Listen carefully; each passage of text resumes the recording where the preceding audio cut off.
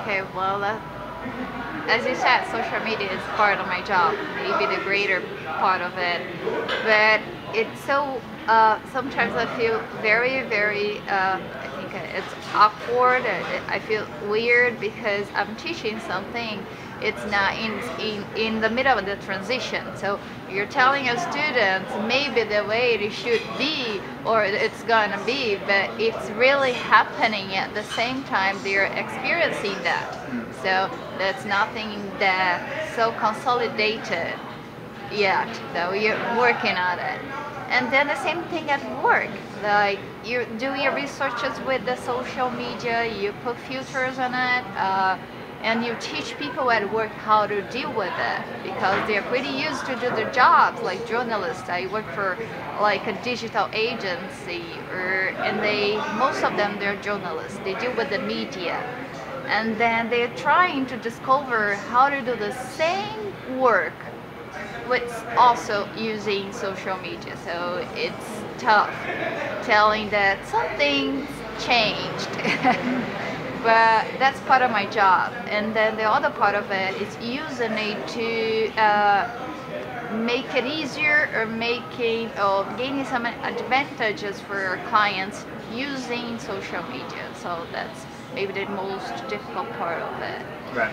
So you have to study all the time, and that's where like teaching is pretty good because you study very much to do with your classes and trying to have very good argumentation for that, do your classes. And that's, I think it's got to be together. You cannot only work, you have to do researches. And I always tell my students, I'm here just to be a mediator, not like a Google, because there is like before Google and after Google. So I'm not this big thing that's going to answer all your questions. Please, I'm not here to answer your questions. I'm here to make more questions and make you ask more and answer a little less. So I just believe it's got to be together, like the academic universities and marketplace. And then maybe, do this transition a little bit easier or less difficult, maybe. Well, actually, you're asking the same question that my professor last year asked me. He's like a doctor in Harvard, and he goes like, I've never seen my whole life companies like B2B using social media. And like, okay, I've seen one and experienced one of them. It was something internal. So they're dealing with a social, like a network outside, how do you call that, outsources, and the people, the team inside. So they have a lot of outsources because there was a mining company. So they use a lot of different substances to do the whole process for the iron, and then they use it internally to deal with outsources, and they could build knowledge out of this social network, and it was a digital social network, but not used to the outside, only with this part like development or something. I've seen this specifically, and then some of them they're trying to deal with not selling to another company, but some of them are using crowdsourcing techniques to do things together, to develop things together. Example of that was, I think, New York Times, when they rebuilt the whole product and everything. So they have partners like Apple, and they're doing business together to create a whole new content and a whole new model of business. So that's what I've seen, what I studied a little, but haven't seen much. Most you're concerned about your product, so B2C is easier, I think. Yeah. And then they do relationships, and they want to sell a little more, and then they use social media, like spread the word. I would love them to change, and I would love them to discover that, especially for recruiting people, talents, and retaining talents. And it was funny because yesterday I was talking to my students about reputation. I teach for Reputation 2.0, which is something I really don't believe that much, because I think you have a reputation. That's it. It's not 1.0, 2.0, 3.2, whatever. And then we are talking about that, like how the whole corporate communication process plus reputation could help people to recruit with less cost, because if you have a great reputation, you can construct a relationship with the stakeholders. People want to come to your company, and it's great if you use LinkedIn, Facebook to do with that. Yeah. I don't know if you heard Sodexo. Sodexo deals pretty good with that. They integrated blogs, Facebook, and Twitter. It's called Past, Present, and Future Talent, something like that. And the people from inside Sodexo helps the one who want to come and know a little more. So they kind of integrated this. So they share values, they share events, they share everything. So I would like so much if they could change a little bit, then they'd be open, not that afraid to try something like that. I think it's changing slowly. Well, I used to say that like you are afraid of something that you don't know. So if you don't know, you kind of, walk awkward, and I don't have to deal with it. Please don't tell me about it. And maybe there's this stages, levels of company. I think some of them, they're, well, I don't know what it is. I don't want to know. Maybe the second level is, well, I've heard about it, but I'm afraid I don't want to deal with it. And then the next one is, well, I've heard about, I tried something like that, or some other departments tried, maybe I'll try that.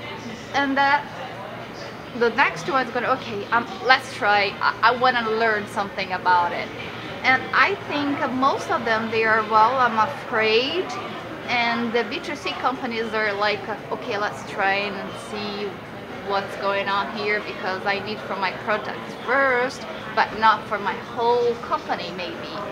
Let's just put the products and brands in front of it and then deal with it later on for all of us. So I think there's this level of company that they're trying to deal with that, because they're pretty much afraid, especially like the management leaders. Because, well, I think I would be scared too, because like all these generations come in and say, hey, okay, everything's faster than you're, doing here, let's do something different. I'm like, okay, I'm 40 years old, 50 years old, well, let's take it easy and maybe lose power. It's a big thing in a corporate world. Yeah. Maybe that's the aspect I would say they would be afraid of it. Yeah, numbers. Mostly you have data, you don't have information out of it. If I say you have 1,000 followers and you go to the CIOs and say, okay, 1,000 followers, what does it mean? Nothing.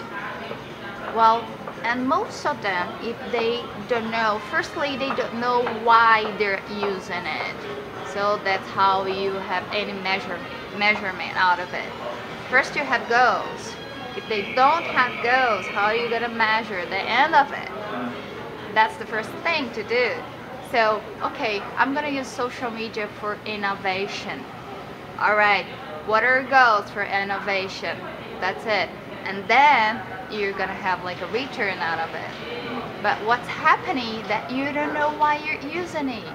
You don't know like the end of the road or something, what you're expecting out of it. Another example is like recruitment, like talents. Okay, if you're doing it for that, okay, I used to spend $1,000 1 month to do that. and then next month using a social media, maybe I can reduce the cost. But if you don't have first what your goals are, could be very difficult. I think that's the main issue, what's going on, that don't know how to measure that. Yeah, one thing that happens too, for example, you have the whole communication process inside a company. You have internal communication, you have external. In Brazil, it's pretty much different from the United States and I think Europe too, because PR here is responsible for the whole corporate communication, not only a relationship or with government or something like that. So they deal with internal and they also deal with external. But if you go into companies, they have different departments for each public. They deal with communication. The result is, if you have like a marketing campaign for a product or something for new talents campaign, they don't know how to do the budget because it comes from different departments of communication. And then when you ask them, okay, how much did I spend? I don't know. So how are you gonna measure that? If like different part of the companies are dealing with different publics. First, if you ask for something to bring talent to your company, you're gonna ask internal communication, then we'll demand an agent, and then we'll deal with human resources, and they don't know how to do the budget. Yeah. That's mostly the problem. You can face it. So they are clients, they're internal clients. And then social media, sometimes they start in a company with IT, some of them with communication, and then they don't know what the budget goes to. So we're facing like much more than the tools of social media, like social media as tools. You're facing internal processes, and the structures in the company, they're too old for this new thing. Not that new, but a different way of dealing with social media and new technologies. That's what is going on, but I don't know, and maybe it gets better someday.